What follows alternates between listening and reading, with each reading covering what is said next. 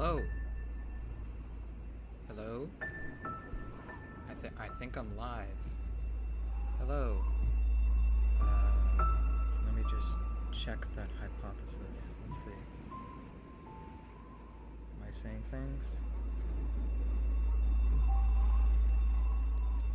Hello? Hello? Yeah. Alrighty. I am indeed live and streaming. Hold on, let me... Hello! Ugh, God. Hi. This is the charity stream that I am doing. I don't think there's anybody here yet, but I have made everyone aware that I am indeed doing this. In fact, let me add something real quick. Not to this. But yeah, first of all, hello, welcome. Let's just go to yeah. Hello. Okay, so this is we're gonna be playing Celeste today. I'm really excited. I love this game a lot. So much so that I made a whole movie about it. If you are not already aware, the reason we are playing this today is, one, to support the wonderful people over at Crisis Text Line. They do amazing work for people who are in crisis and people who really need the anonymous assistance. They do it all over text, and they have no doubt saved countless lives through their assistance, and we are unbelievably in their debt. So that is reason number one why we are streaming today. Number two is because I made another movie. It is called Climbing the Mountain. It is about Celeste. It is also about climbing the mountain.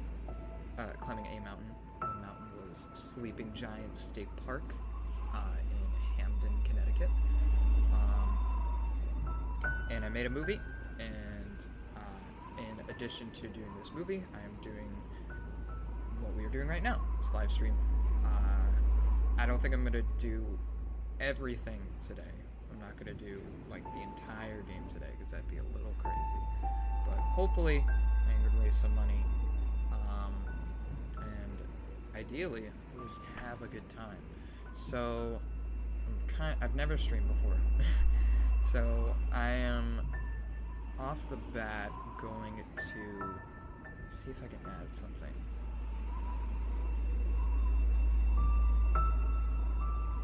As far as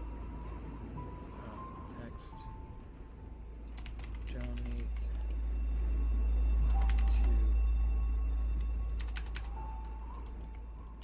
via link in bio.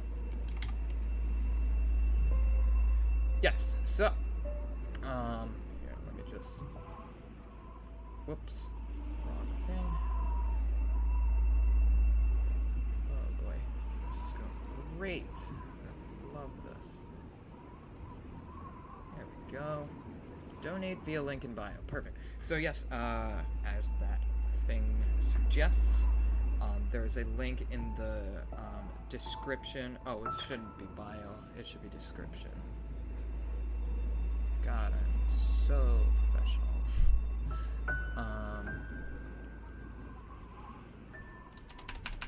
DS. Okay. So in the description of this live stream, there should be a donation link to my fundraiser on Tiltify, supporting Crisis Text Line, and that is where you will be able to donate. My goal is $1,000, which is a lot of money. And the only reason I set it that high is because I want to push myself. And last year, for my birthday, I did a fundraiser, and we actually raised $350 for the National suicide prevention hotline. And hopefully, we can raise a little more this time. But to see if we can do that, I gotta start playing some games. I don't have any incentives or anything. I apologize. Maybe with more streams, I will be able to add more incentives that I think are doable. But yeah, let's get started. If anybody shows up, I would love to know how my audio looks, or audio sounds. That would be wonderful. So, I wonder if I can I pull up my chat while I still have this thing memorized? Or this thing? There we go. Perfect. Okay. So, yeah, let's get started. And during the stream, I'm probably just gonna talk about my experience playing this game, because I had a very interesting experience. I'm gonna turn down the audio a little bit. Seems a little bit loud.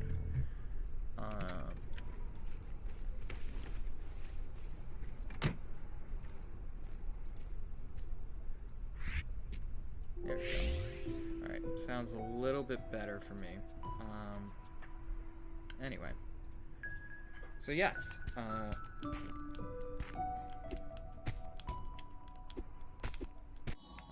need to, controller configuration.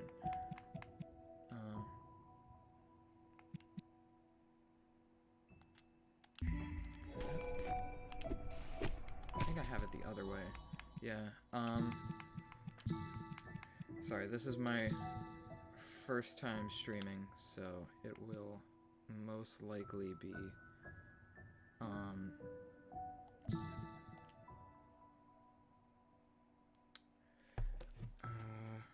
will most likely be a little bit of a mess, just because I am not acquainted with,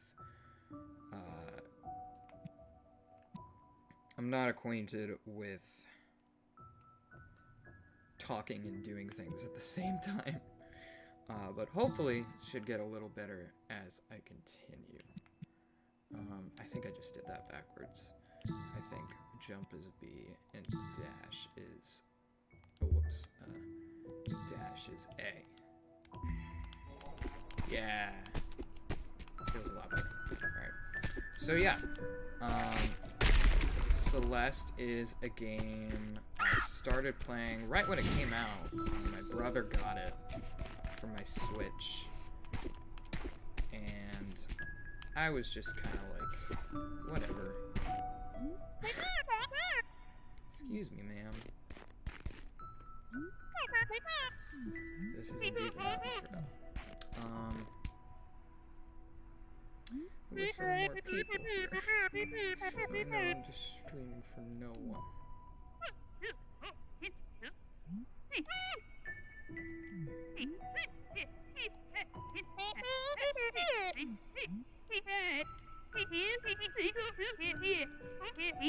See things I ain't ready to see.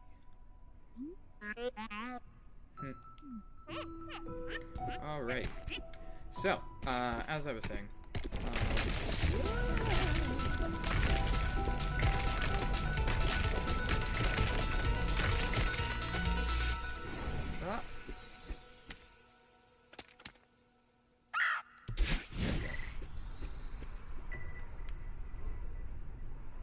once we get into gameplay, I'll talk a little bit more.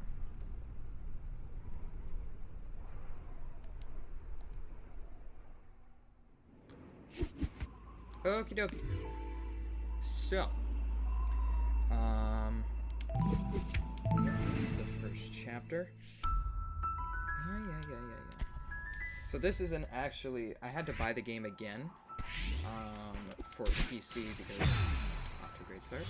I had to buy the game again because, I play originally on my Switch. If anybody watches the movie, they'll know that after I played the game on my Switch, but I don't have a capture card. You know, it was either spend $20 buying the game again, or spend like $165 for a capture card. And I chose the cheaper route. But yeah, so Celeste came out 2 years ago. It came out in 2018. And my brother bought it because he had heard great things, and he really loved it. He pressured me to play it. And I was just like, okay. So I played it, and I was just like, hey, this is pretty good. And then I started getting really mad. At that time, I think I had raged at Celeste more than in any other game I'd ever played. Yeah, it was pretty bad. And I loved, like, the story and the music. I thought it was awesome. I thought it was one of the most creative games that I had seen in a while. It's my boy. It's your boy. It's your boy, Leo. Whoops. Oh there, fellow traveler. I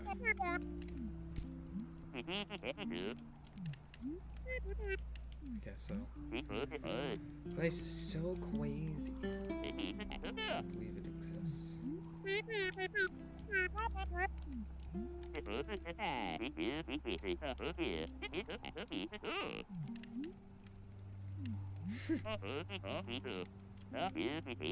Serious lone wolf type, I get it, yeah. I eat emo. We keep talking? Got a lot on my mind. Maybe.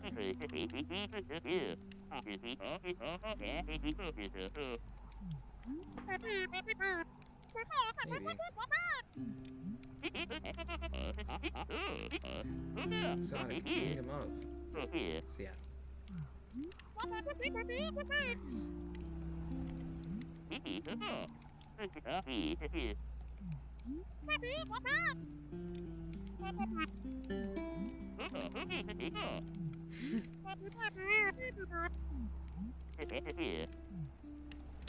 Whoop.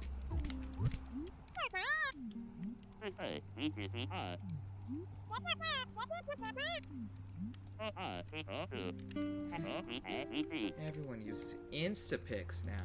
It's the popular trend of the day, Instapics. Pretty sure it was invented by Mark Zuckerberg, or at least bought out by his company. Face novel. Obviously.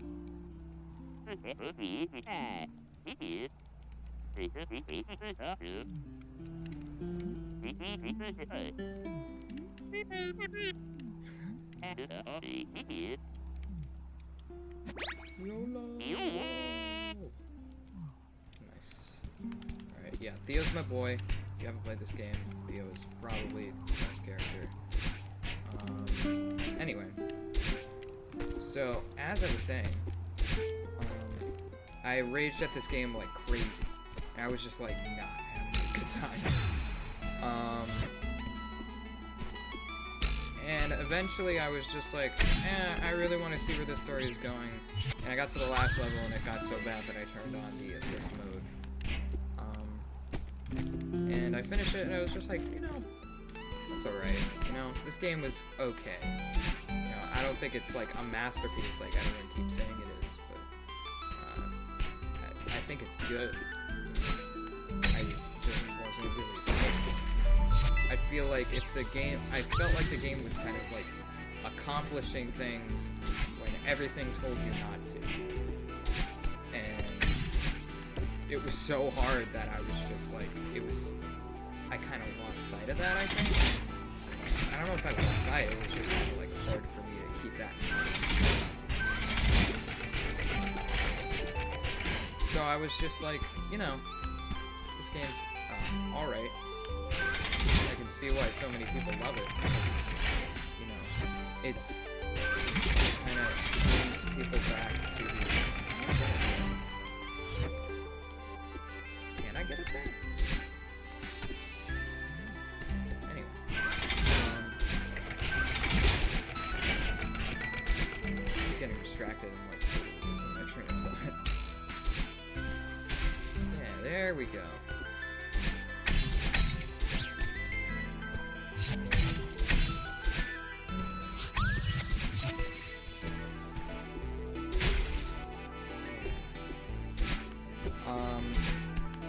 So I was just like, yeah, it's not really my cup of tea. Then, on a whim, over quarantine, man, this is like 4 or 5 months ago. My brother was playing Celeste again, different brother this time. He played it for the first time, and he loved it. And I was just like, yeah. And I was watching him play it, and I was just like, this is pretty cool. And I started playing again, and I was just like, wow, this is really good. And I was getting better. And it wasn't until that moment that it kind of hit me, like, oh, that's why this game exists. Or I guess a kind of like a thing that hit me that I don't know if this was intentional on the game's part, but I was just like, oh, it doesn't really matter, you know, like, it's just like getting to the top of the mountain should be as hard as you make it out to be. And that's kind of what inspired me to be like, I want to talk about this. And originally, I don't know if anyone ever watches this. If anyone ever watches this, I feel like my mic is like consistently peaking. Is it? No, I'm fine. But originally I wanted to do something a lot more like Why We Hate School. If anybody who ever watches this knows in my previous work, I did a kind of like documentary thing called Why We Hate School, which is a lot longer, a lot more like information focused. And eventually I was just like, I feel like that is a lot of work, and I would be able to tell, I don't know if it would work. I don't know if climbing the mountain works better than what I wanted to make initially, but I was more eager to do that than to just revert to the like, my classic style, I guess.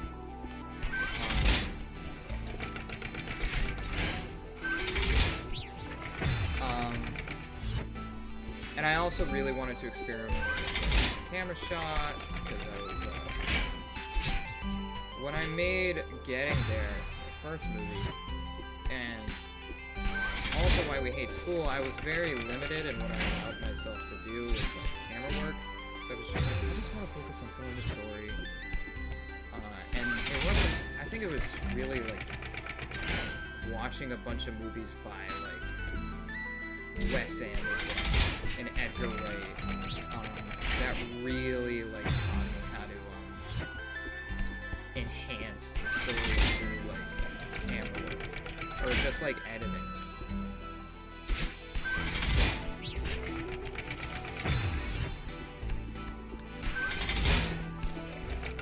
I'm gonna get as many strawberries as I can. I'm not gonna, like, go seeking them out, but, whatever ones I do end up finding, I will most likely go for.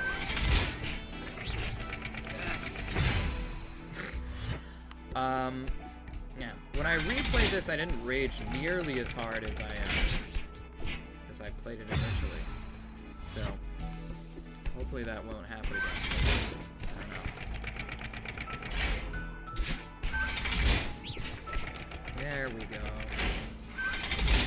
Yeah, there we go.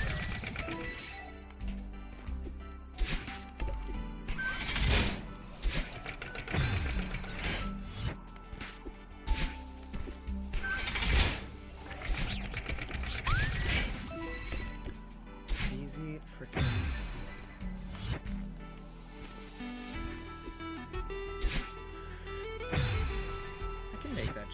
right? Can I?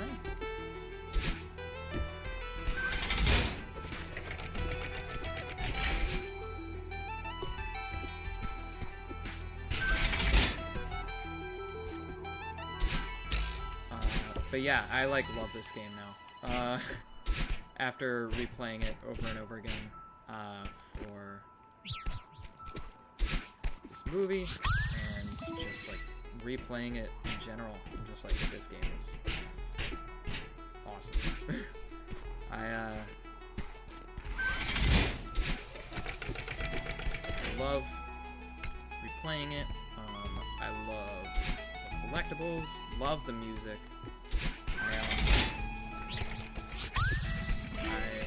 I wish I could use more of it. I don't know. That doesn't really make sense.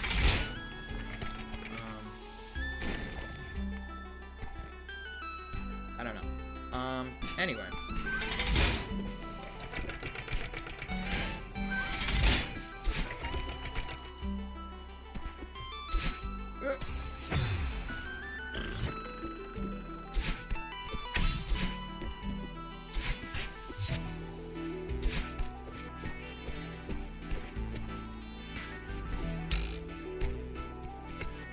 Another reason I really wanted to make this movie is because I wanted to have another thing to submit to the All-American High School Film Festival.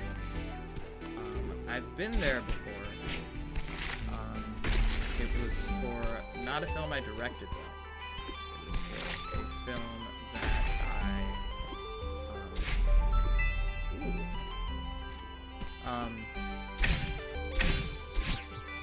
that it was a film that I helped.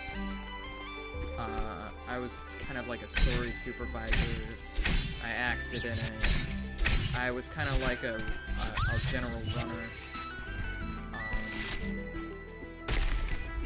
And whatever I could help out, like I did a lot of audio recording.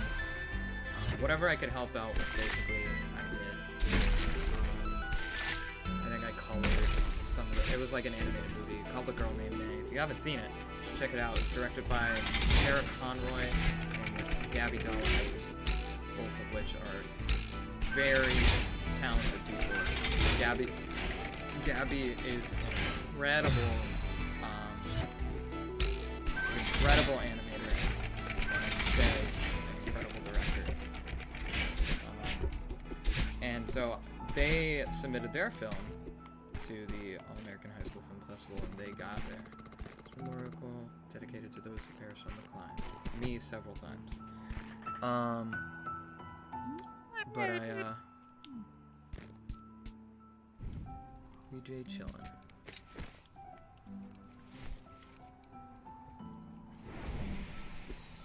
Bordy.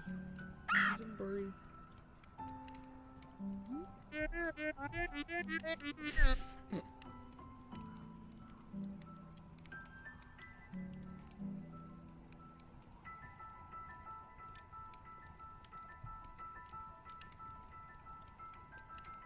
Sorry, I'm just checking my phone.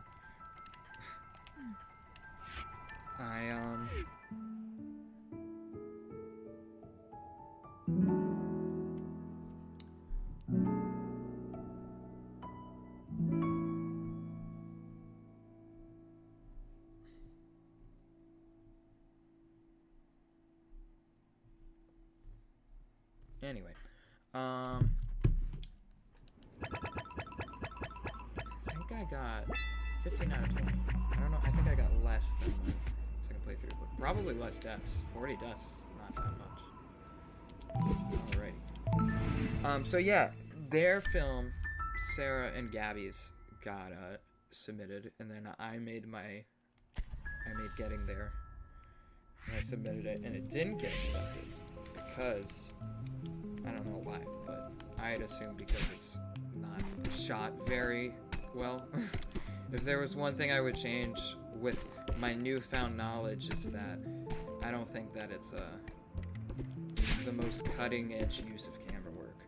I don't think Climbing the Mountain is either, but it's like miles ahead of where I was originally.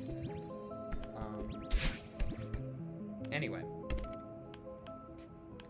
So I didn't get in, and then I made Why We Hate School, and it's not only is it too long to be to fit under the documentary category, but it's also too long to fit under any category. It's 22 minutes, and I think the max is 20 minutes. So I was kind of upset, and then my civic action plan,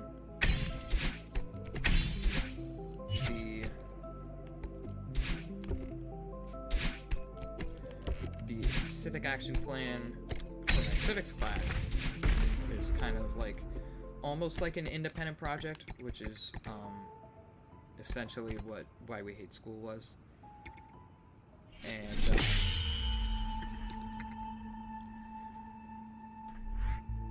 so I was just like, so I'll make another movie, maybe, or I'll try to at least.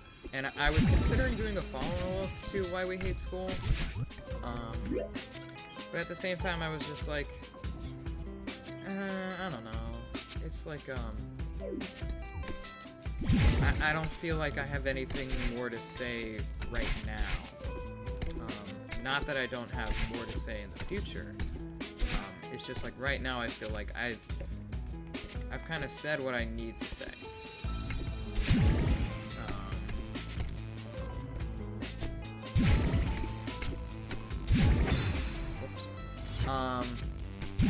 And so I was just like, well, I wanted to make a commentary about mental health for a long time. That's I mean, it was kind of what, I don't want to say it was kind of what Getting There was supposed to be, was a commentary on mental health, because it really wasn't. It was more just how I was feeling, and I was just really angry at life, and I felt like I was not moving at all, or I was just stuck. And I just kind of wanted to make a movie about, hey, I am making progress. And I think where it separates in terms of messages is that Getting There is more about just like getting through, getting through life in general, whereas Climbing a Mountain is like getting over it, I guess. I don't know, it's just more like I think it's more just about falling down over and over again, and just never really, I don't know, I'm having trouble describing it. It's more about falling down over and over again. It's kind of like, it's not how many times you fall down, but it's how many times you fall down and keep getting back up. Which is,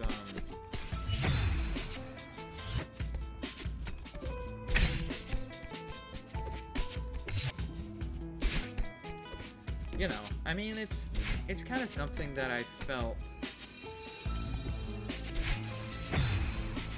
it's kind of something that I had empathized with for a long time, but I found myself struggling to live up to that. Like, I found myself, like, really, like, willing to give up just because I was just like, this is not good for my mental health. Eventually, I came to the realization, though, it was just like, I mean, I don't think it improves if you just stop, I feel you don't get closure.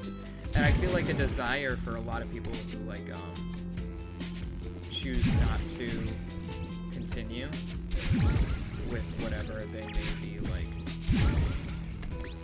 with whatever they might be struggling with, whether that be school or life or just strawberry, yeah. Whether that be school or life or just kind of like whatever they're going through right now, I feel like they have a desire to come back to it. I feel like no one is just like, I'm never touching this again. It's just, you know, shit happens.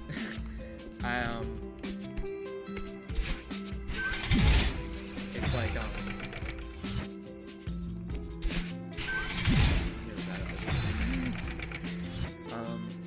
still a lot.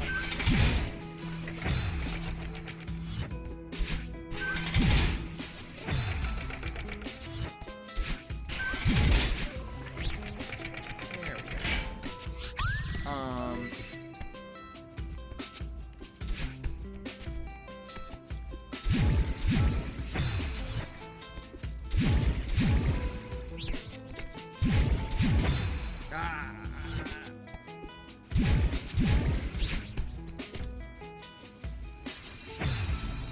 I wonder if this will stay up.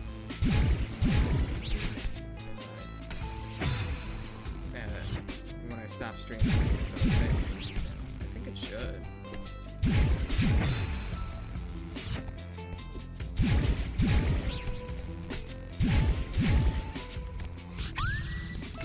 Okay.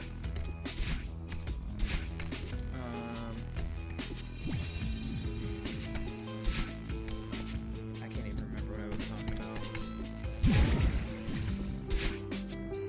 God, I'm so good at this. So good at talking and playing a hard video game at the same time.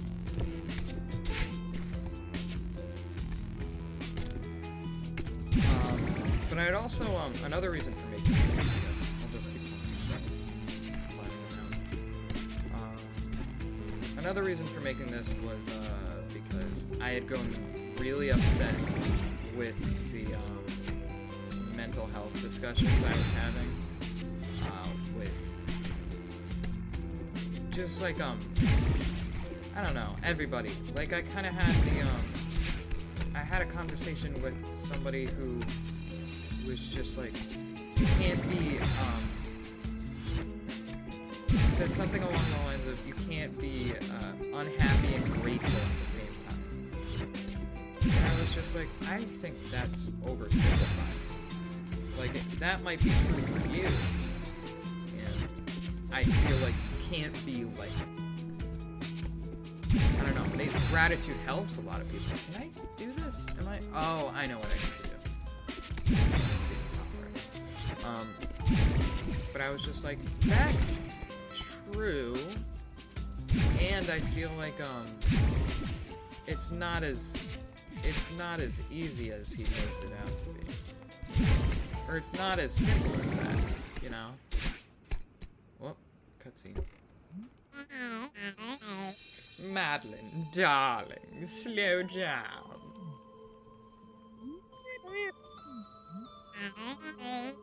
Simply a concerned observer. Part of me.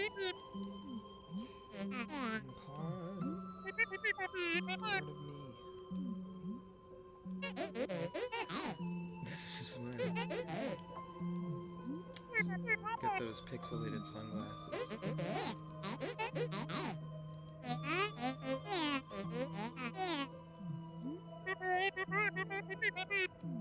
Gotta climb this mountain. No, she can do whatever she wants. It's climbing a mountain.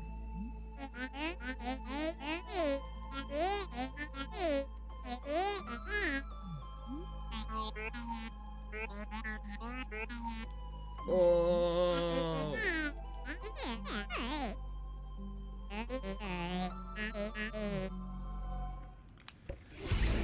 Okay. What was I saying?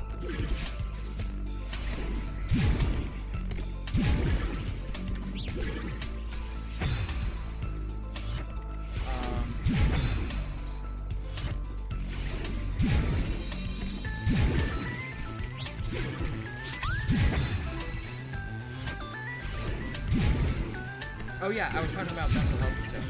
So yeah, that kind of dialogue of like, you can't be grateful and unhappy at the same time. That's kind of, I feel like that's oversimplifying it.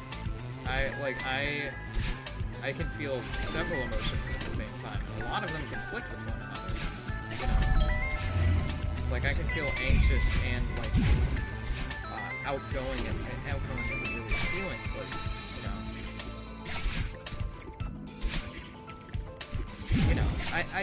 I feel like it's not as simple as that, and I feel like that's kind of like the problem that I feel like stems from a lot of discussions that people have surrounding mental health, is that people are looking for one answer, like maybe it's gratitude, or maybe it's, I don't know, mindfulness, or maybe it's, a nature retreat, or something like that. And, for a lot of people, stuff like that gets you close, but I feel like in order to truly get there, one thing that has to happen is that you have to talk about it.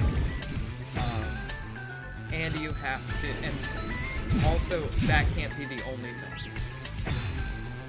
Like, I feel like in order to truly, get better, you have to do more.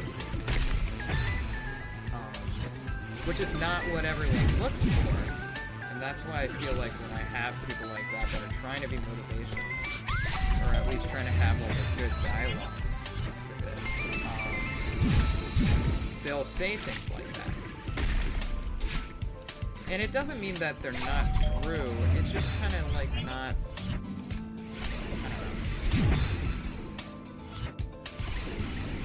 It's really weird. I mean, it's different for everyone. That's why I feel like making a generalization like that, being like, you can't be this if you just do this.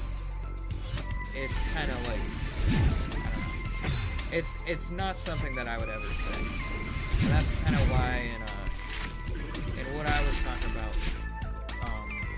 or in what I tried to make, I tried to judge.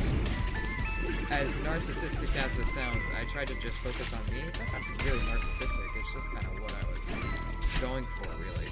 It's just like, I didn't want to say oh, this really helped me, or, this is what saved me.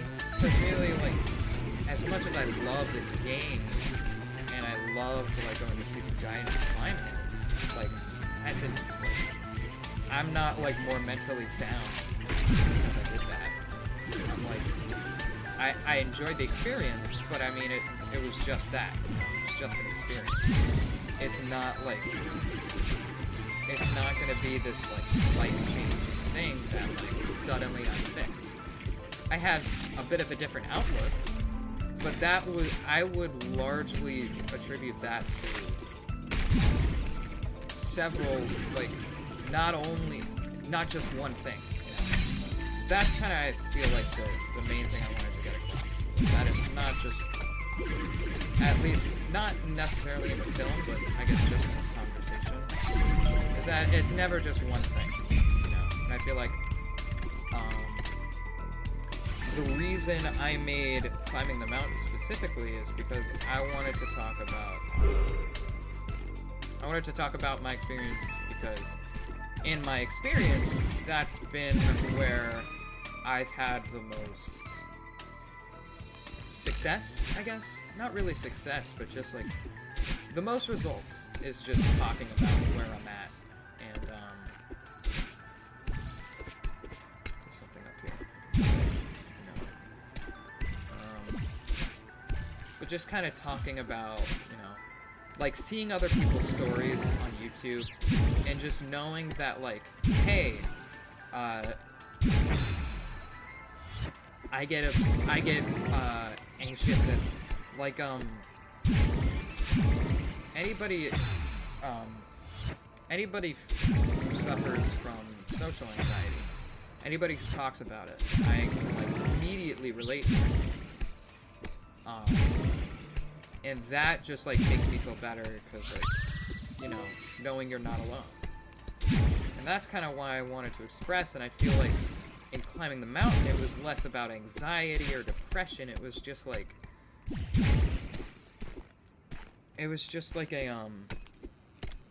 hesitancy to, or not hesitancy, I don't think that's even a word, but just,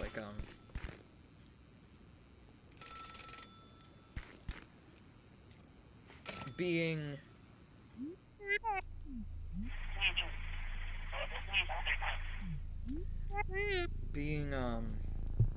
I'm sorry, I'm paying attention to the game at the same time I'm saying this. Just like not wanting to do things or having trouble following through with things that you really want to do, you know? And I kind of wanted to emphasize that, like, hey, it's okay if you get angry at yourself, or get angry at whatever's going on, and it doesn't mean that it's unattainable. Like, you can keep trying and you'll get there. Frustration isn't meant to be a roadblock, you know, even though it can be a lot.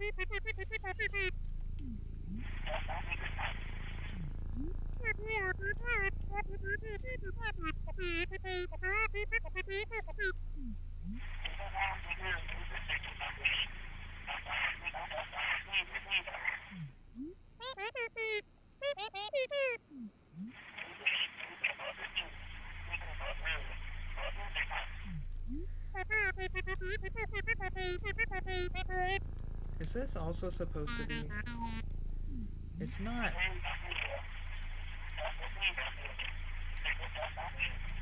I think that's like a boyfriend or girlfriend or something. I've never really known.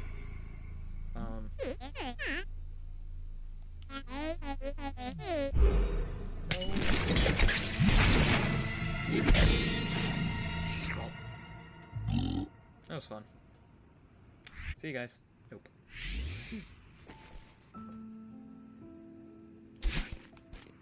Oh.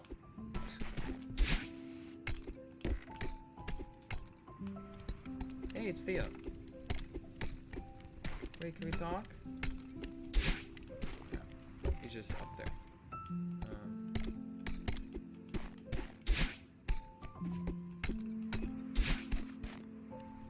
Yo. Hey, Madeline, you made it.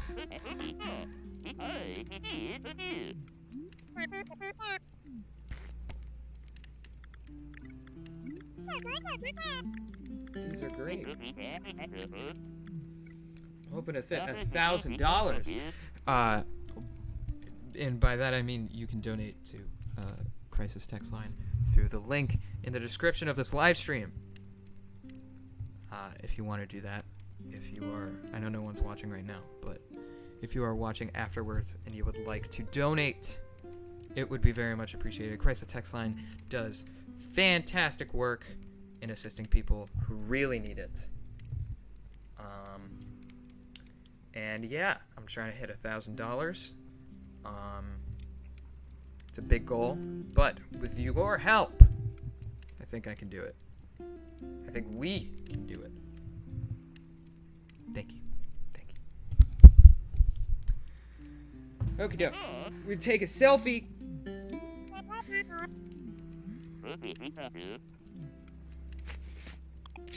Click. Nice.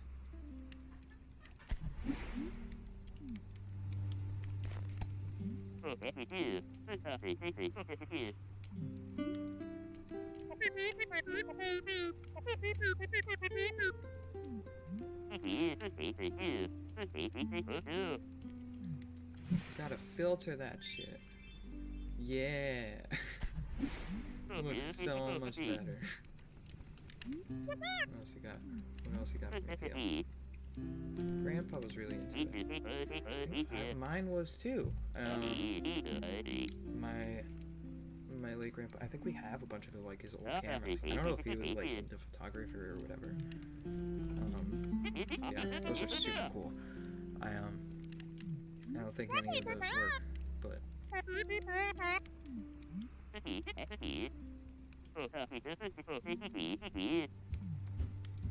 Yeah, excuse me.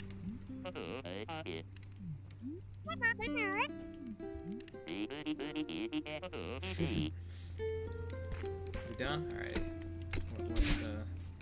What else we got? I think there's God, the music in this game is amazing.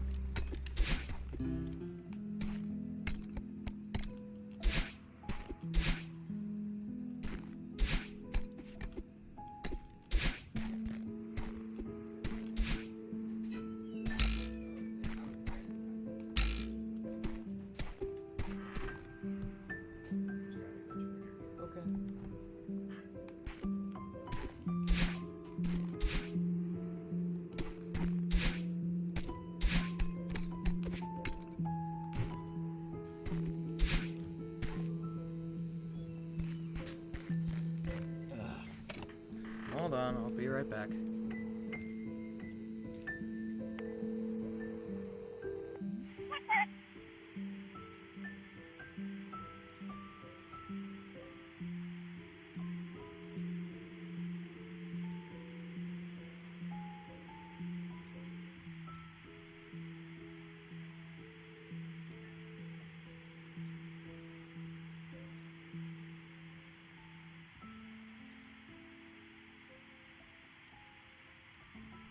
Okay. Sorry about that. My brother came down to get his laptop charger, and he didn't close the door all the way. So I just had to do that. We're on a call with my mom.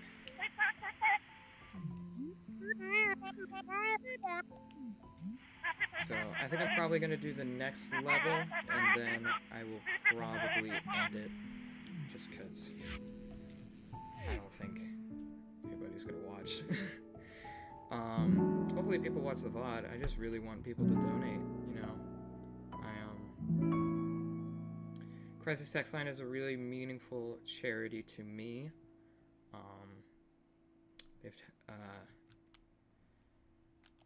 Yeah, they're really great, and I really admire what they do, and I just want to help them out in whatever way I can.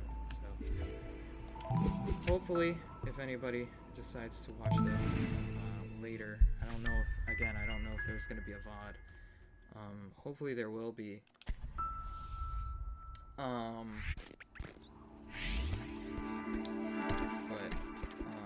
if you're watching this and it's a VOD, hello, my name is Sam.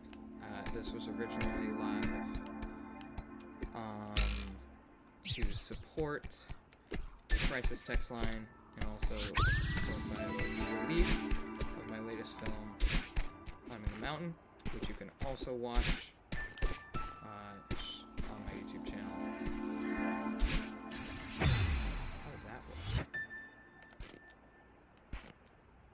Oh, right.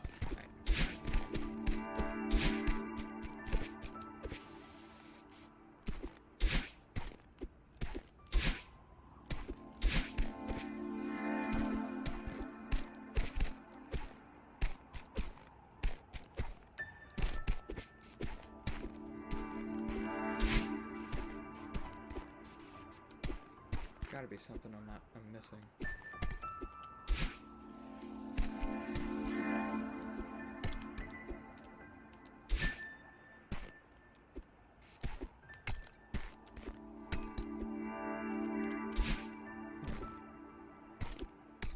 I don't know. Whatever.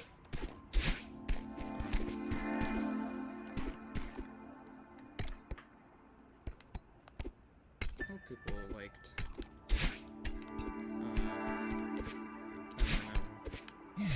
It's only been out for like 2 days, but I hope people who have seen it really enjoyed it. Or at least got what I was trying to do. Here, let me turn down the desktop audio. I think it's really loud.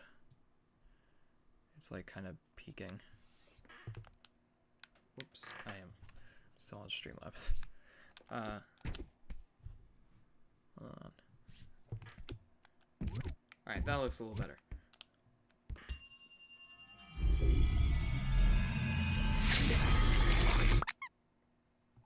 Hello. Oshiro. So this is the level that I usually consistently die the most at. I usually end up dying like 400 times at this level. So hopefully I don't do that.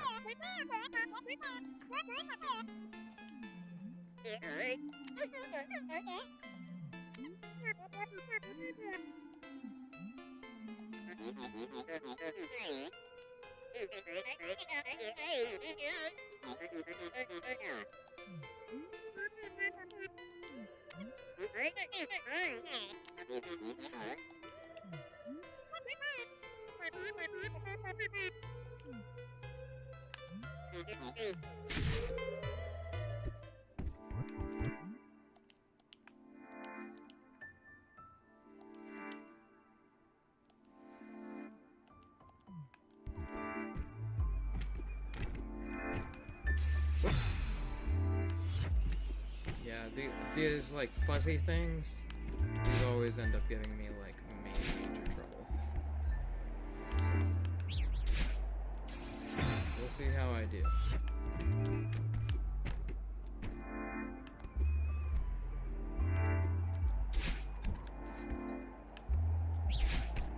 Yeah, there we go.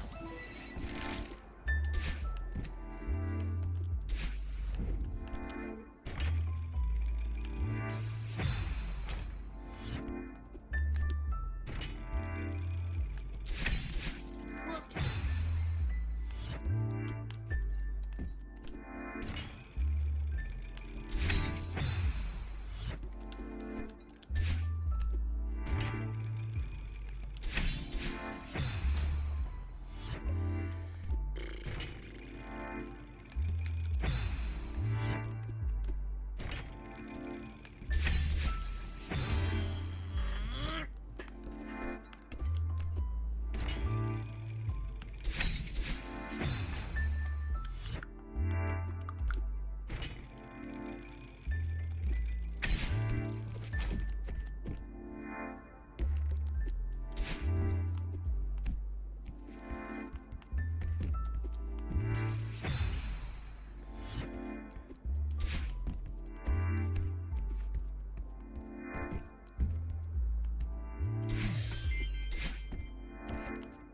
Baseline is sick.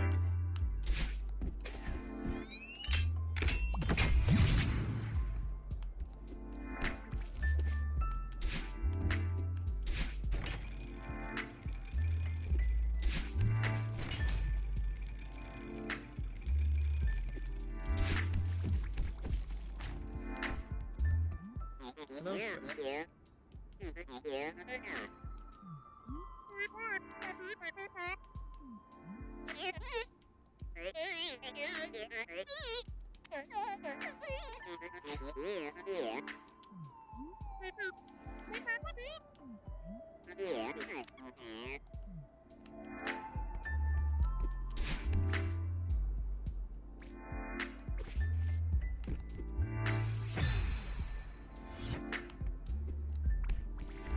I want to see if I can get up there.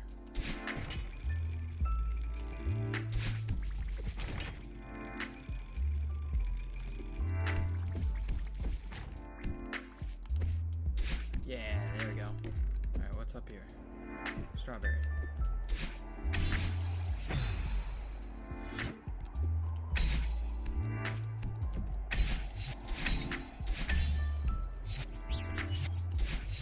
Nice. There we go. Yeah, so I've gotten a lot better at this game in the now 3 separate times I've played it to full completion. So I still love playing this game, though. It's hard for me to say enough good things about this game.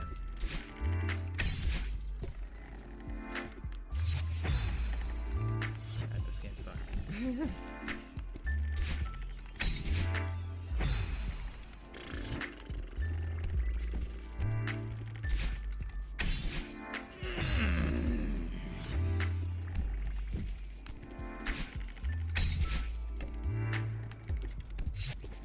Oh, my life just flashed before my eyes. I can't dash because otherwise that strawberry will go away.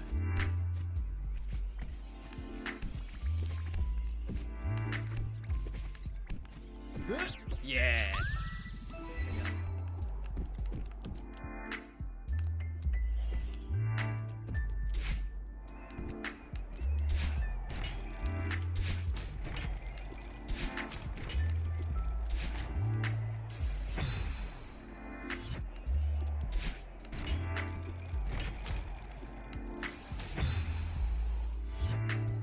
This place reminds me of the Overlook Hotel. It kind of has that that shining atmosphere. I mean, that's kind of like any creepy hotel, but still. I don't know. I'm just trying to tie things back into movies because that's all I like talking about nowadays.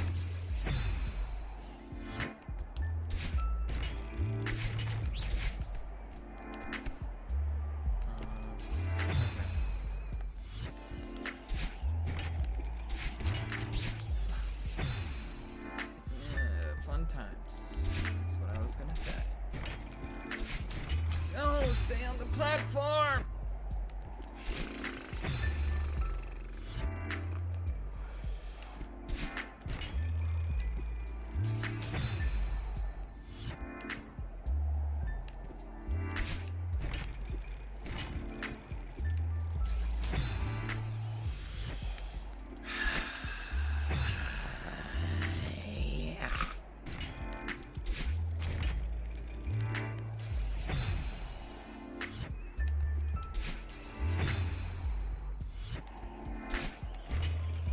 I'm not gonna throw my controller again, because I actually think when I threw it when I was filming the movie, it actually got scratched a couple times. So I'm trying not to do that. How the hell do I do that?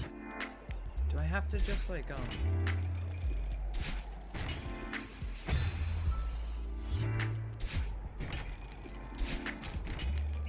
Here we go. Yeah! There we go. That is what I'm talking about.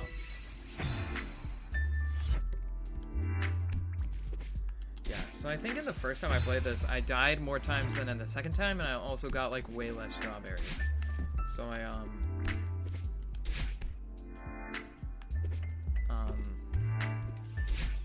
or in the second time I played this, I died way less, and I got more strawberries. I think that's what I said, but, can't hurt to clarify.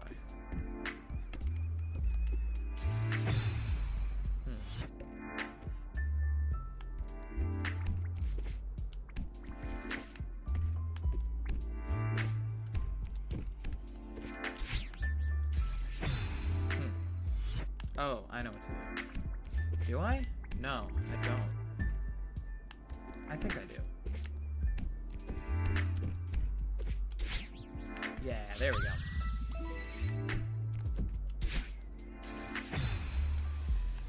Now it doesn't matter.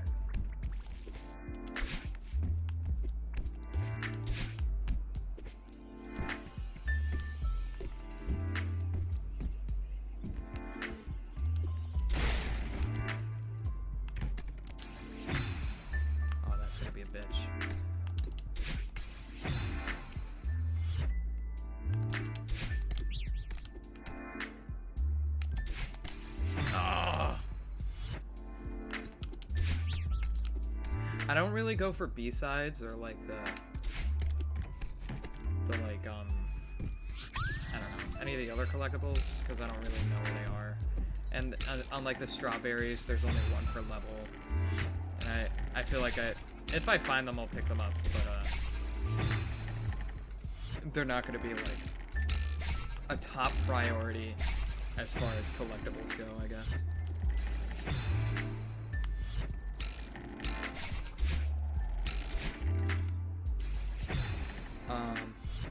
But yeah, back to movies. Because that's my strong suit. I watched E.T. for the first time. Well, first I watched the audition tape, because every time I brought up E.T., which I had never seen before, my dad was just like, you gotta watch the audition tape. It's like incredible. And sure enough, like, goddamn. That was pretty insane.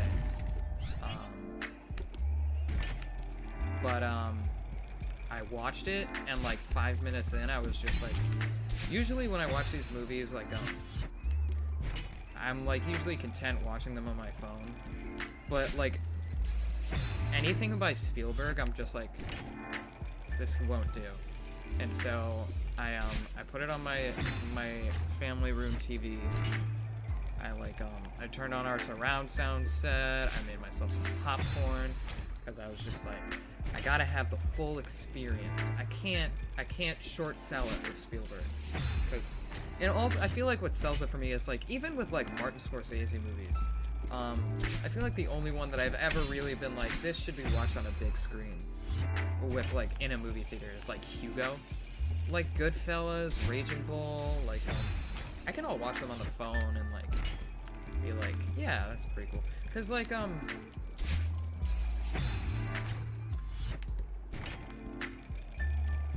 know. it's weird because like Martin Scorsese and like a bunch of like really like old-fashioned, I guess, film directors. That's not to say that they're like out of touch or anything, but they're just like they prefer their movies to be seen in theaters. And I feel like I'd love to have my movies seen in theaters, but I also am like not against having someone watch them on a phone. Because I like a lot of movies. Like I watched Hereditary.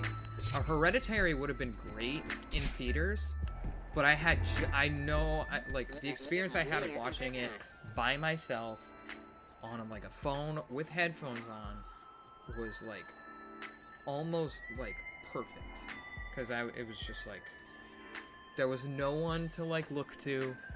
It was like it was small, it was cramped, and it was perfect. I loved watching Hereditary on my phone. And a lot of like films that I end up watching on my phone just because it's easier, you know?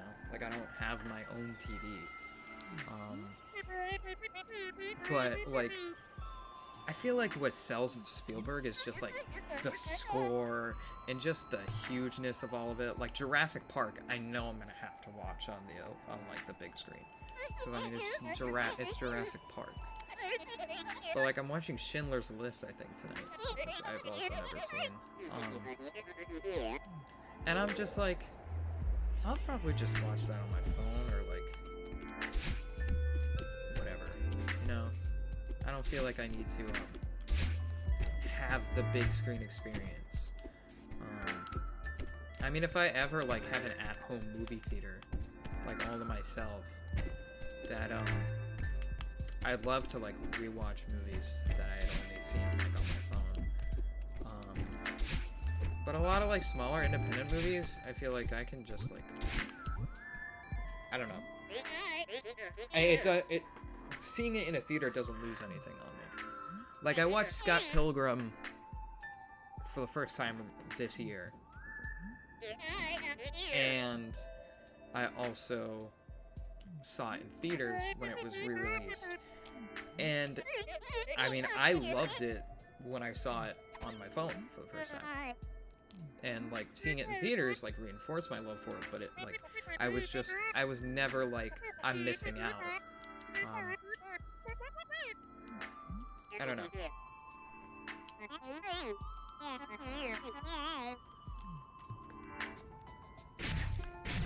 All right.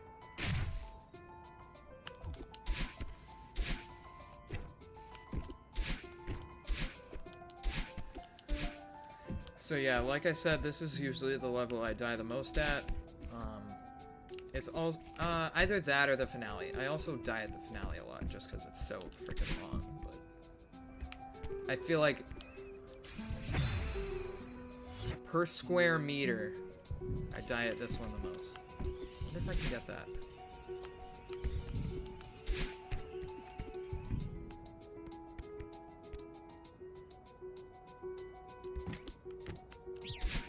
This music is amazing.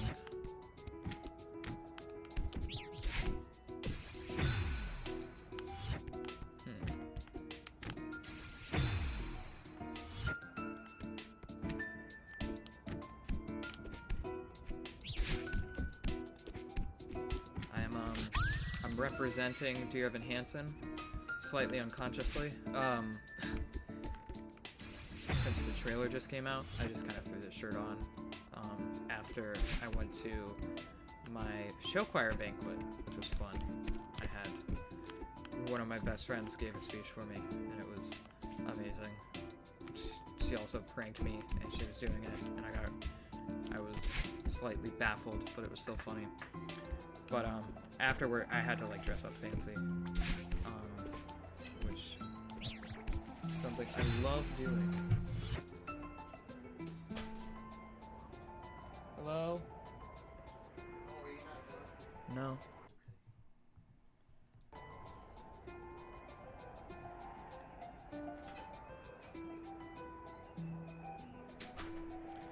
And that's what it's like living in a family of 4. Constantly being an inconvenience to everyone. I love it. My family is pretty cool. It can be annoying sometimes, but for the most part, I think I did pretty well in terms of my luck and landing with a fun times.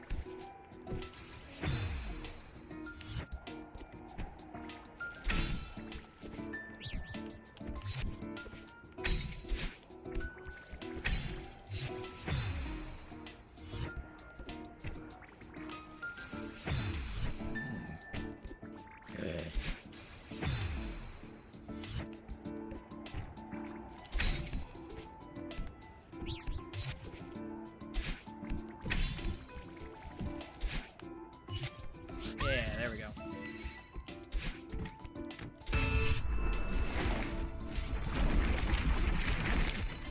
Alright.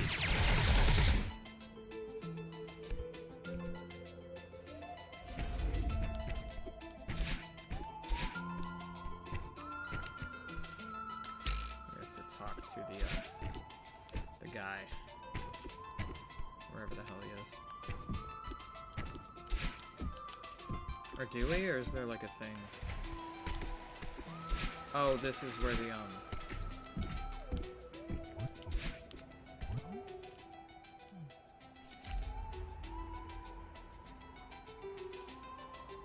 Oh! Mr. Oshiro was lying. I knew there was a thing over here. Yeah, this is where the B-side thing is. Or not the B-side, but the retro thing is. Yeah, I'm not gonna play this because I will, yeah, now I can just play it from the meme. No, I didn't mean to do that. It's my favorite thing, when I just button mash and it immediately registers as what I'm not trying to do.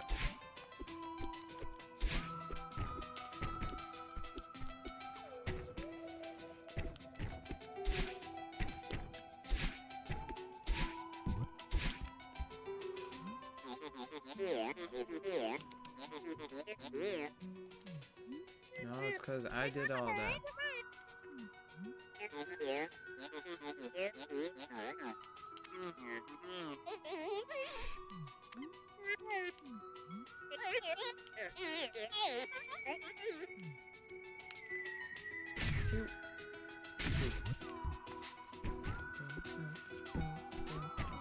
Doug Perry did the drums for this, which is awesome.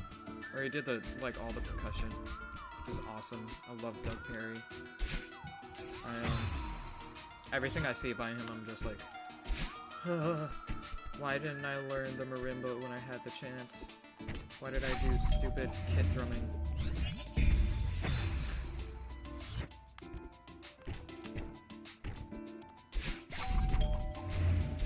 I mean, the marimba is basically just a piano. It's just piano keys. It's just, you know, a different sound. It's percussion.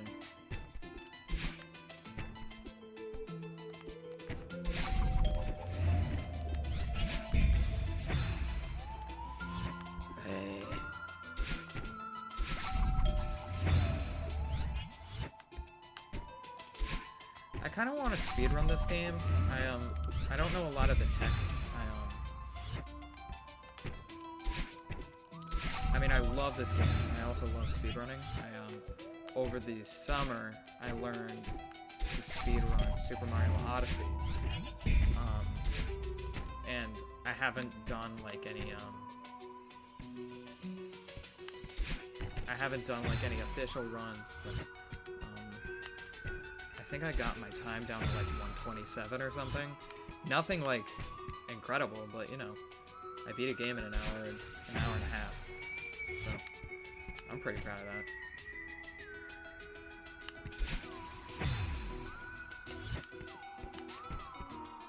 Still no viewers. Whatever. I can just keep talking to myself.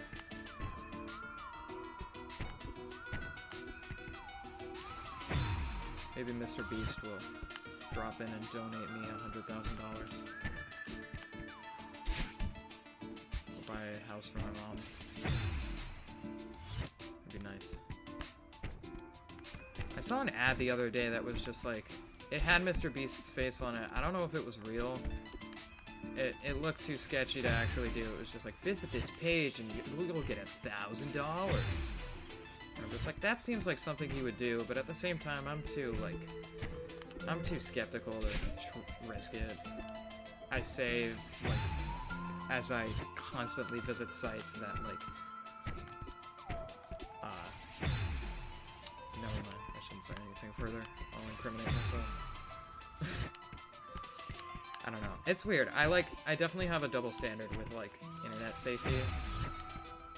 Like, I'm still skeptical in giving, like, certain websites, like, my full name. But, like, I'm totally fine with, like, giving Apple my face. So, it's definitely a bit of a double standard. It's weird.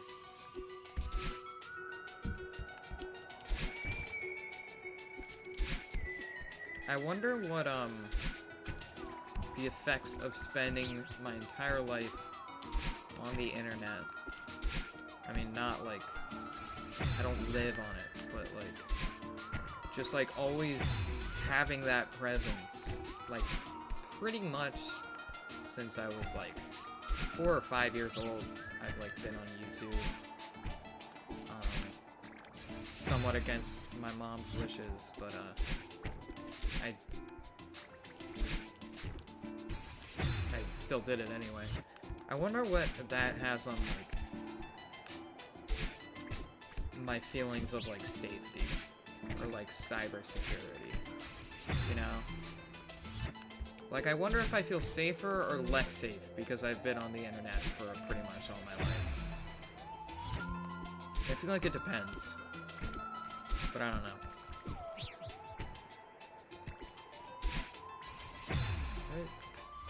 Critic.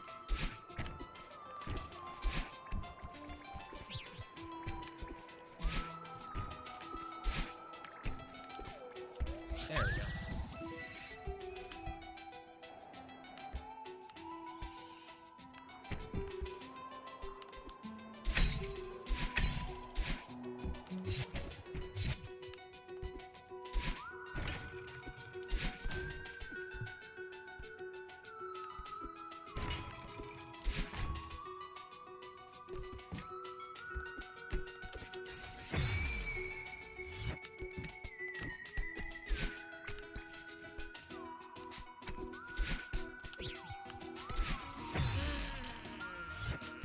Gotten away with it too if you weren't for those meddling kids. Never watched Scooby-Doo. Man, there's no one here, but I am damn good at talking to myself.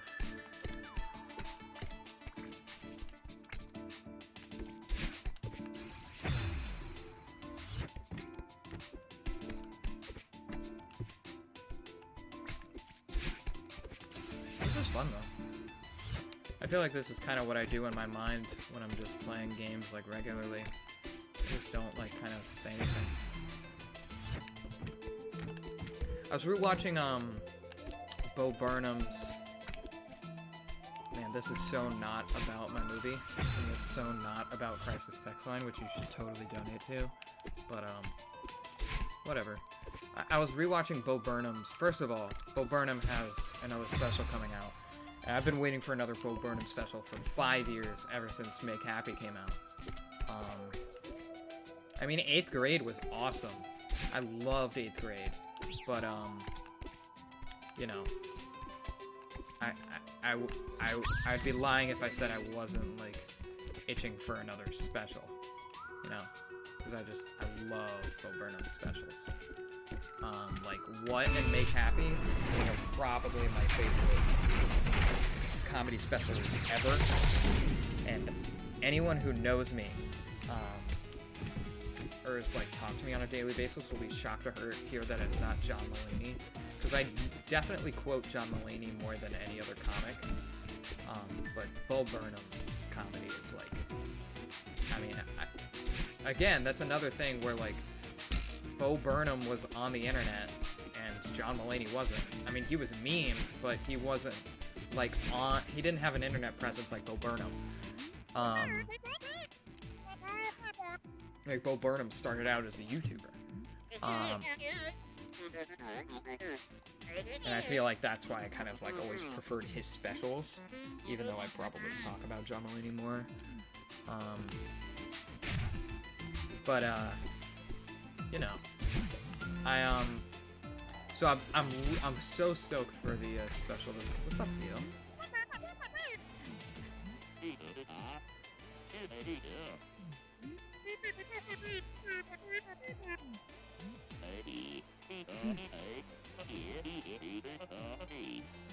Definitely.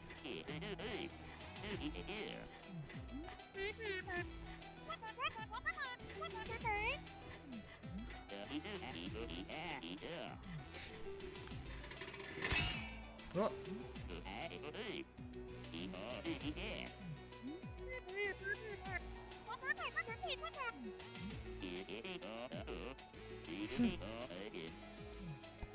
Oh, Theo.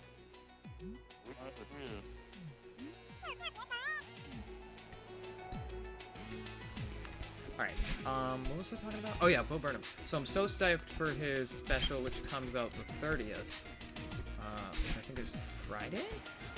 Is it Friday? No. It's, I think it's Sunday. Sunday the 30th. Oh, whoops. How the heck do I get to that?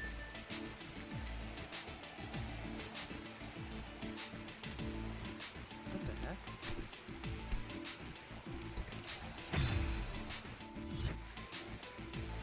Oh, I get you.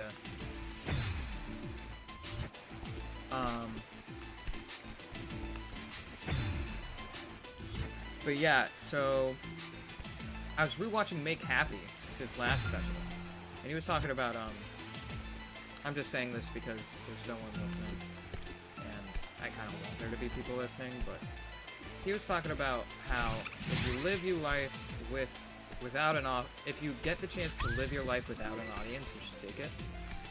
And I get that, and I feel like, you know, I've definitely had issues with performing because I wanted to be an actor. I did a lot of like professional theater shows and stuff. I had a great time doing it. It's just I can definitely tell like it was less about like a performer's complex, which I think is what he was talking about, and it was more about like just I was not having fun performing anymore. It was less about like the expectations I felt like people had. It was more like the I didn't feel like I had any friends, or any real friends, I guess. And I still have like a lot of like really close pals. Like the person who gave my senior speech at the banquet I was talking about earlier. She's one of the friends that I met through musical theater. And I mean that kind of whole thing is kind of like show choir in of itself is basically musical theater. It's just more competition centric and not really a musical. It's just it's song and dance. Anyway,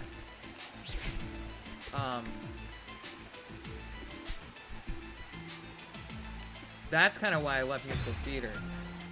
And I don't know. I've been thinking about what he said about if you live your life without an audience, you should take it. Or if you get the chance to do that, you should do it. And I don't know if that's just like centric to performers or if it extends to people who just live in the public eye. And I mean, to an extent, you can't live your life without an audience. You know, from day one, there will be other people here. Yeah, I already read this. So I don't know. It's just an interesting thing I've been thinking about lately. He's a very smart guy. I cannot wait for Inside. I've been waiting for that special for 5 years. I'm also excited. John Mulaney, I think, came out of rehab. I don't know if that's true. I think I just saw that on Twitter briefly, but I'm glad. He's also a very funny man. I always wanted to get more into stand-up comedy. My best friend is really into stand-up comedy. He watches, like, Daniel Sloss and a bunch of, like, really funny female comics. And every time I'm just like, every time she sends me a thing or just shows me a thing, I'm just like, I want to watch more of this. But I'm too obsessed with YouTubers and movies.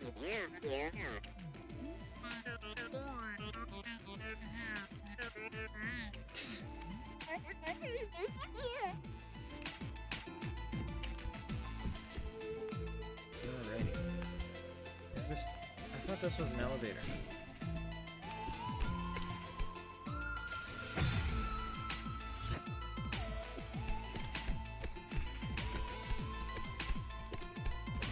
There we go. Go!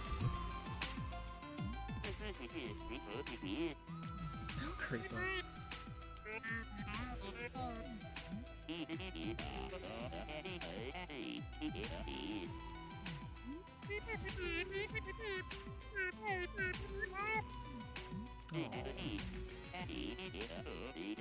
I love that his portrait is upside down. It's hilarious.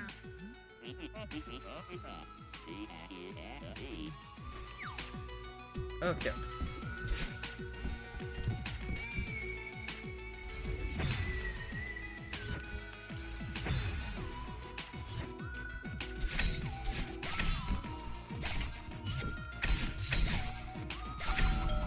Another thing I really wanted to do, this is climbing the mountain. I keep getting, on the frickin', on the charity website I set up, Tiltify, they're great, by the way.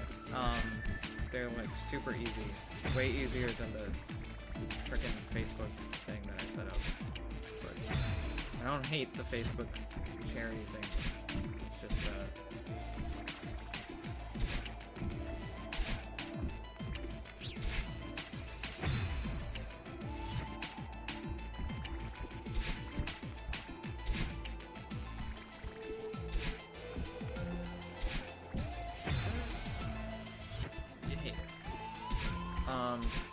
but yeah, so on the thing I said climbing a mountain instead of climbing the mountain, which is what I actually called it. So I got those confused a bit. But anyway, so this is related to climbing a mountain. I really wanted to introduce people to this game because I feel like even though it's very much like a gamer's game, like this is very difficult for anyone. It's not. Unless you use assist mode, of course, it's not, like, super friendly to casuals.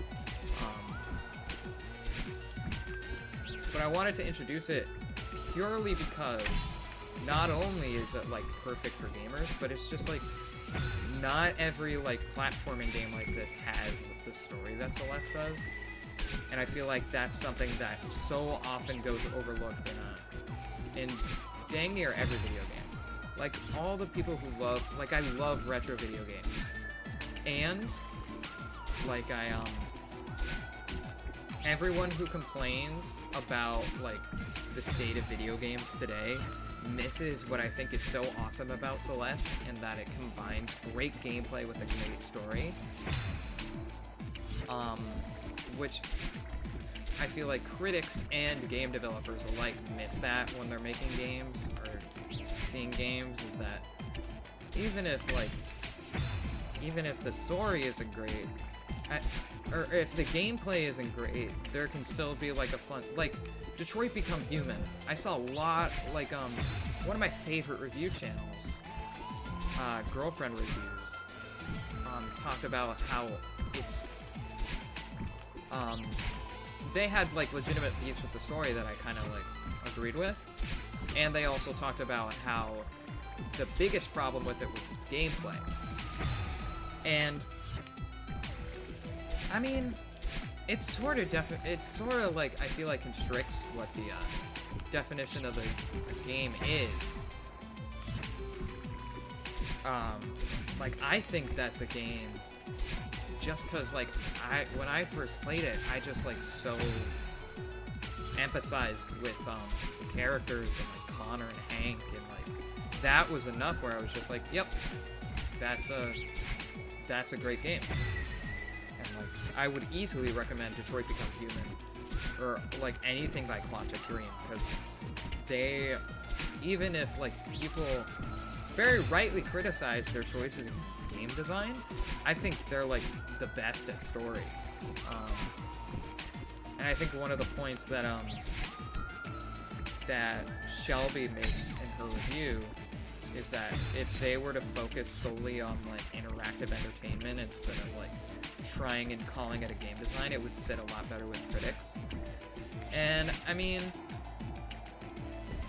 it sort of depends on like who you ask, but you could say that like interactive drama and video games are kind of the same thing.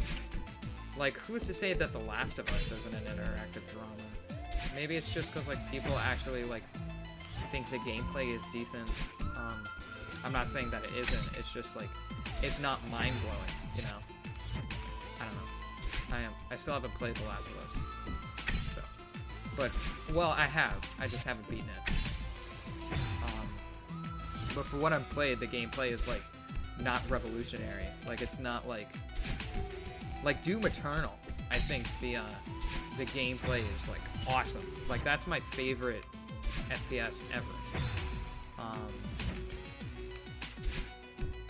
And like, I mean, the story isn't all that, but like I enjoyed it for the gameplay alone. And I do that, you know. Like I enjoy games for the gameplay. Like my favorite games of all time are Mario games.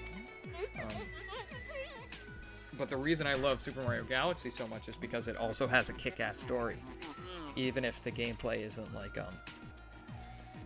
even if, as Barry Kramer puts out in his awesome video essay, and his How About This Game, the gameplay is not perfect. You know?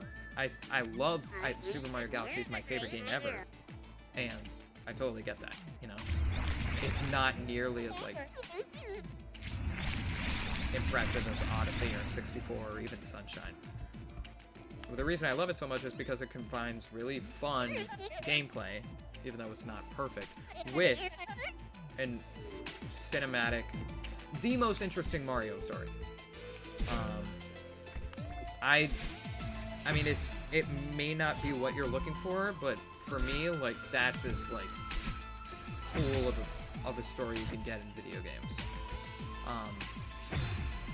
I mean, it's really simple, but I just, the way it's presented is, like, super, like,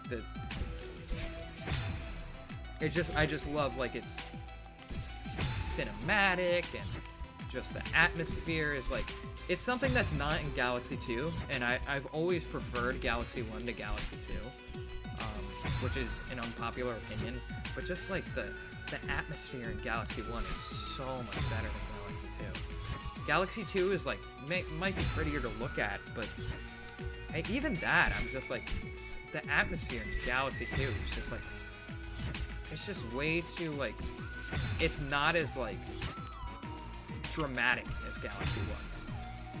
It's much more whimsical, which is, like, great if that's what you're looking for, but for me, when I first started Galaxy, I was always looking for,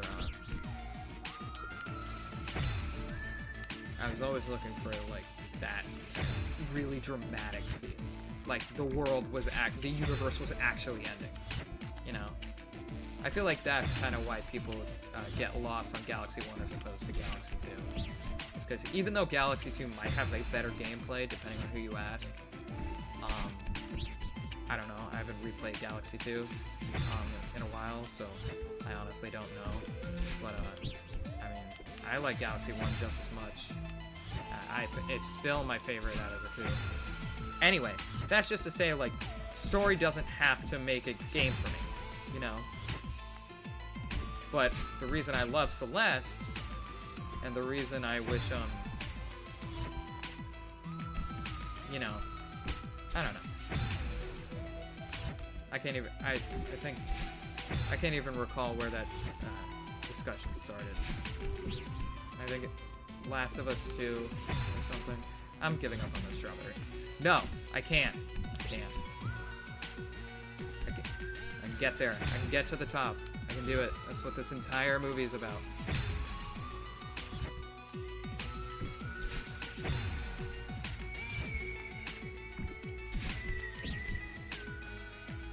Oh, I have a... Oh, hey, it's Jack. Hi. Hi, I didn't notice you. Hi, thanks for coming. I've been streaming for like, I've been streaming for like, an hour and 30 minutes and no one's been here. Thanks for coming, man. I appreciate it. I was really glad to have found... Yes, I am super excited for Bo Burnham's new special. Really glad to have found Celeste. Hold on, I'm distracted. Really glad to have found Celeste when I did back in 2019. It's a great time that talks well about self-doubt and anxiety through its characters. Yes, very much agreed. I love this game. Most of my favorites have very little story up front, but they have atmosphere and design choices through their environments and gameplay that I love. Thinking about Portal and Kirby Superstar. Yeah, Portal is a great game. Kirby Superstar, I need to replay that. I don't know. The last Kirby game I played, I think was like, I think I started Triple Deluxe, which I heard was really good, but I don't know. But I played a lot of Superstar as a kid. I had it on Virtual Console.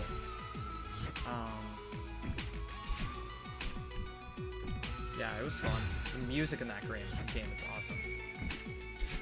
I've really wanted to play the 64 one, Kirby and the Crystal Shards. I heard that was really good. The next game console I get might not even be like the PS5 or the Xbox. Well, my brother already has it, but the next game console I get might honestly be a 64, just because there are so many games on that I want to play. Like all the rare games I want to play.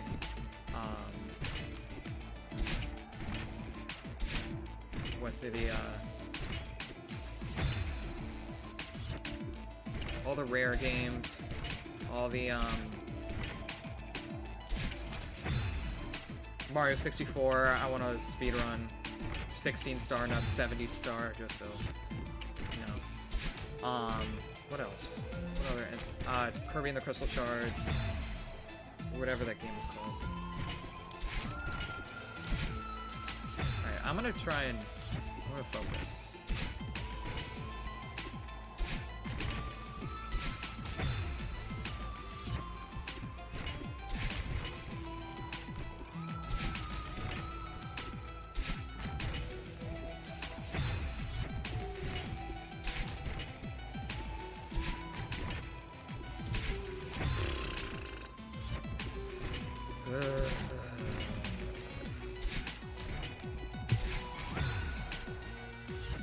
I die at this level way too much.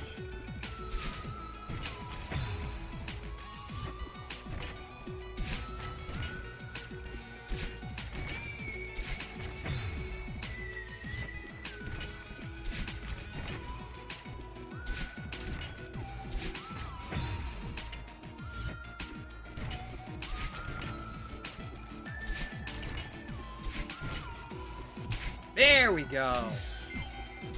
Nice.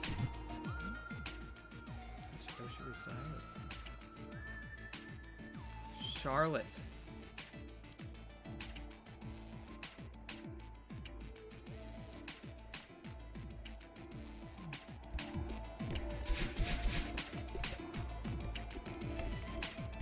Wish you could play the piano. That'd be cool. Did I even go down here?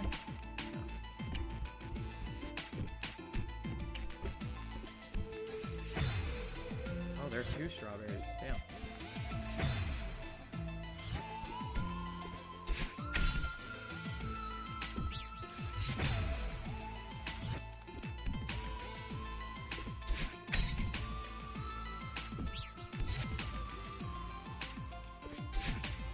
There we go.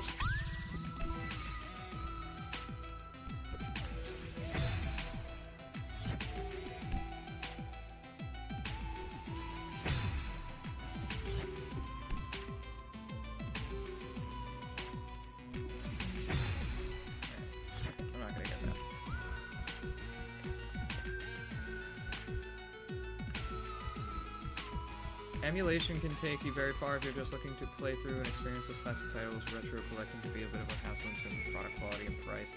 Yeah,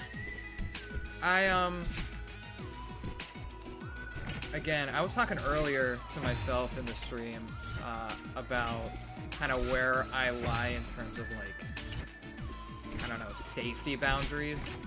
Like, I still hesitate in, like, giving websites my, my, like, personal information, but, like, I don't hesitate at all when, like, giving my, like, Touch ID or Face ID. And so it kind of varies. And emulation is kind of one of those things that I'm just like, I don't know. Like, it's not, like, I feel like a lot of it is, like, I kind of want that, like, the authentic experience, you know? That might be a little pretentious of me. But I thought, I want the original, like, N64 controller, and I want to play it on a CRT. I think that'll be, like, the, that'd be really fun. Especially for speedrunning. I don't know how, like, oh, wow, it's like that, it's the Super Mario Galaxy level. Yeah. It's, no, I used to emulate a lot,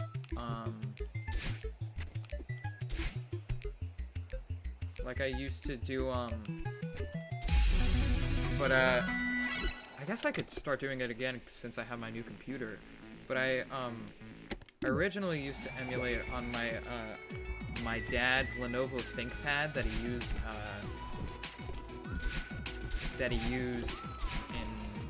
that he gave me, that he got as part of his job, and he was able to give it to me. And it was, like, terrible.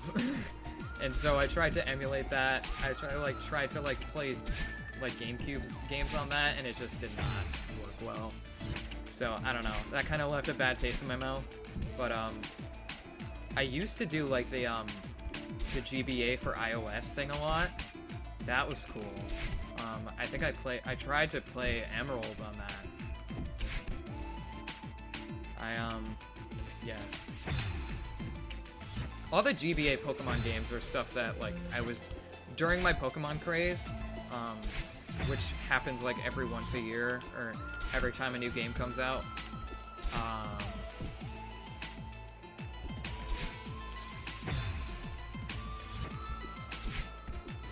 every time a new game comes out, I get really into, like, building teams, and, like, I usually, like, consistently will pawn off my copy of Pokemon Platinum and then rebuy it again.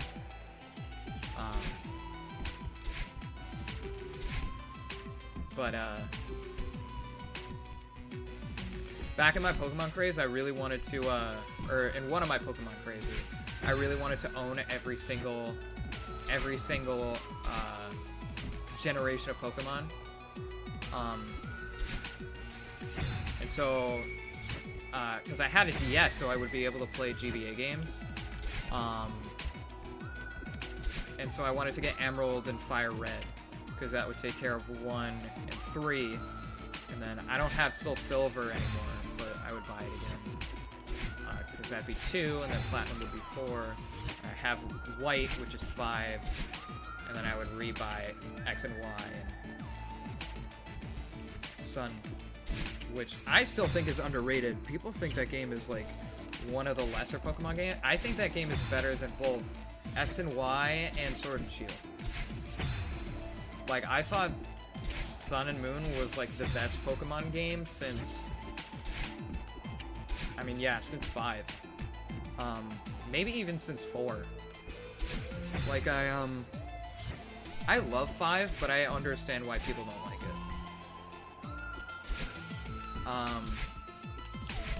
Like, I grew up with 5, and the music in 5, my Pokemon craze has never died. I've just mellowed out over the years. I'm on the hunt for a complete DS collection. Nice.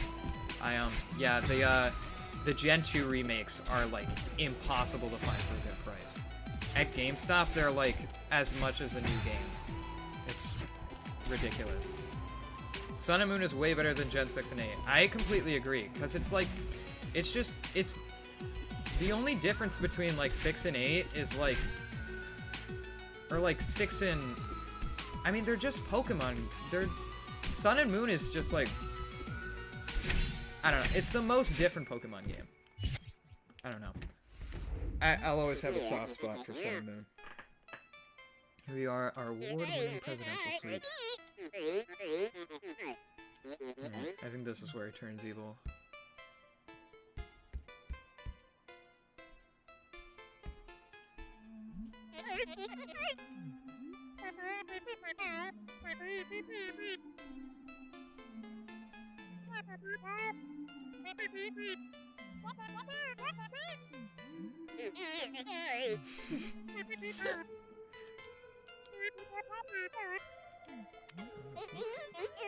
You imbecile. At half price. Ah.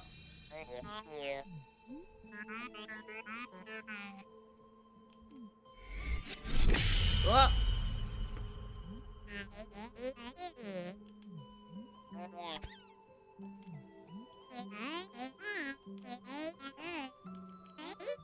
No.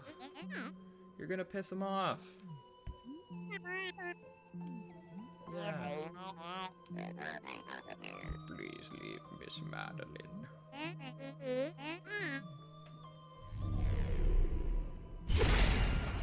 Ah.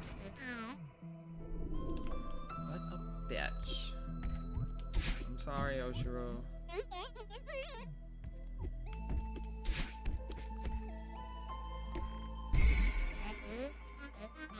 You suck.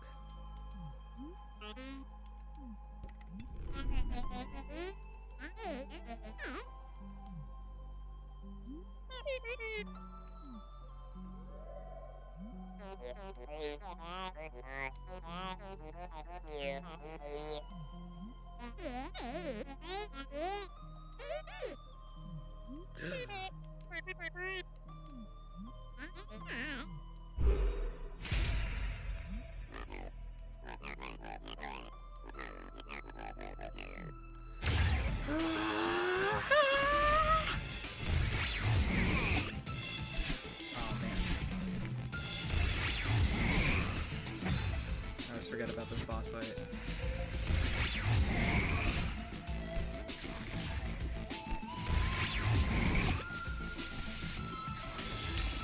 I don't think jumping on his head does anything, it just kind of like prevents you from dying. It prevents you from dying. I don't know, maybe it prevents him from respawning after. I actually have no idea. I've literally never played this game.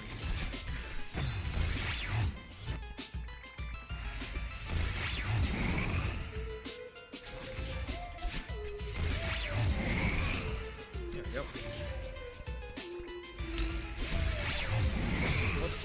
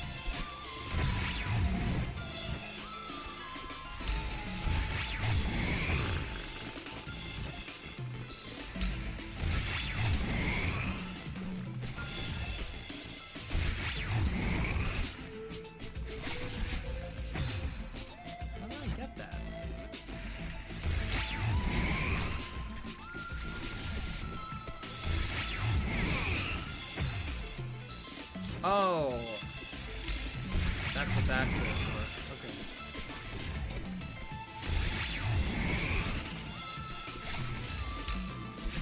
Is it? No, it's not. Whatever. Whatever. It's not worth it. Shit.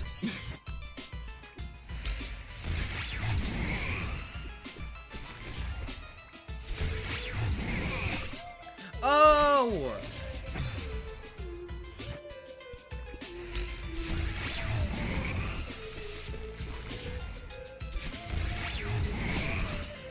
Ah, he's got it.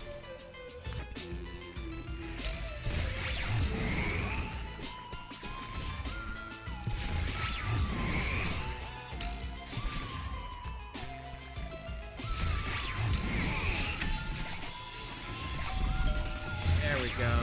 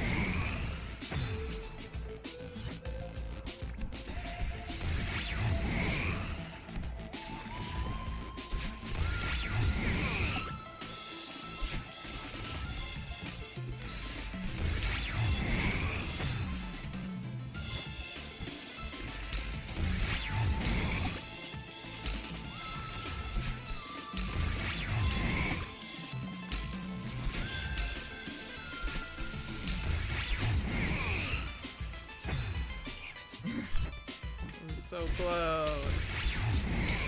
No!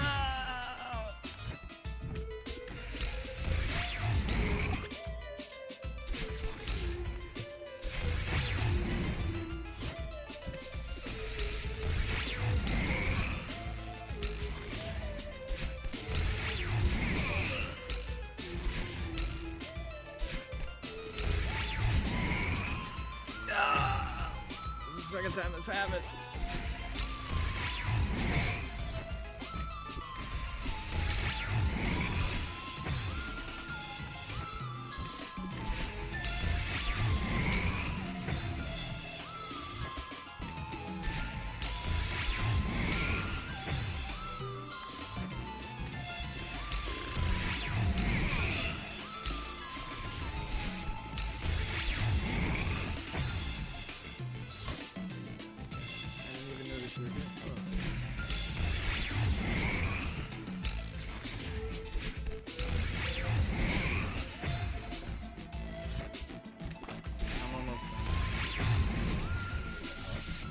Huh?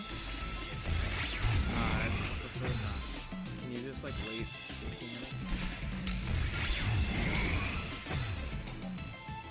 Can you like wait?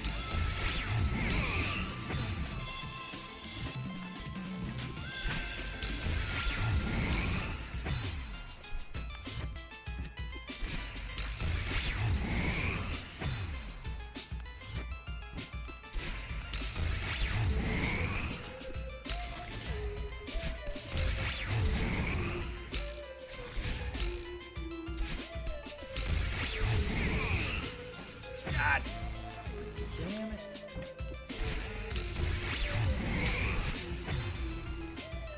I'm so good at this game.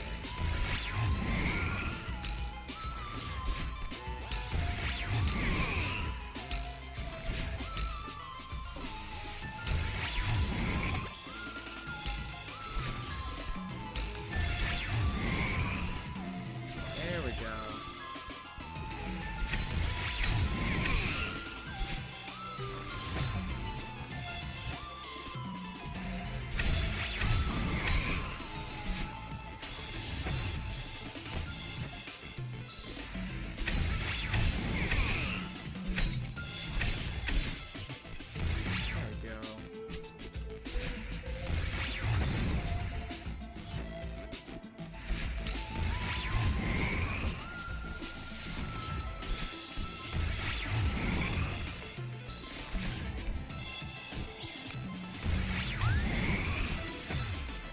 I got the strawberry.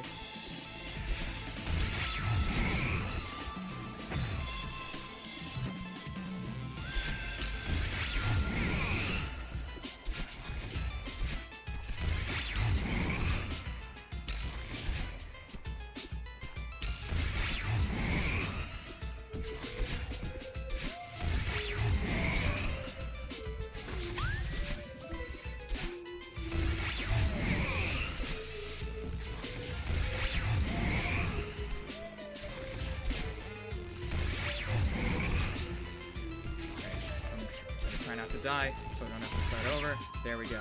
Alright. Sick.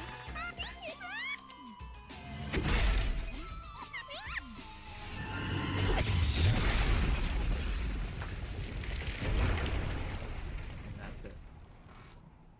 Nope, we chill. We chillin'.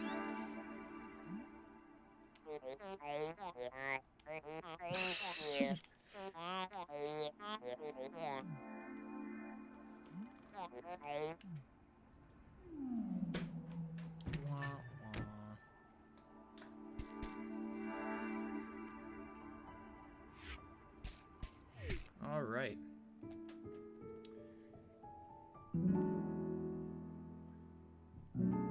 There he goes. How many times did I die? 17 out of 25. Nice. I'm pretty sure that's lower than last time. I don't even know if I got the B-side last time. I think the last time I played this, I got like 400 deaths or something. Alright. Well, that is going to do it for today. Whoops. Wrong thing. Where is it? There we go. So yeah, that's going to do it. I had fun, mostly talking to myself. Although I'm very happy that you decided to join towards the latter half of that, Jack. I appreciate it. For those who are watching this after it was live, the fundraiser should still be available to donate. If you would donate to the wonderful people at Crisis X Line, I would very much appreciate it, as they would as well. And I will most likely be streaming again. I want to stream until I finish this game again. I will most likely be streaming again soon. I don't know when that is for sure. It might be tomorrow, might be the day after that, but it will be soon. So thank you very much for watching. I appreciate it. Please donate if you can. Watch Climbing the Mountain if you can. And yeah, I'll see you later. Bye-bye.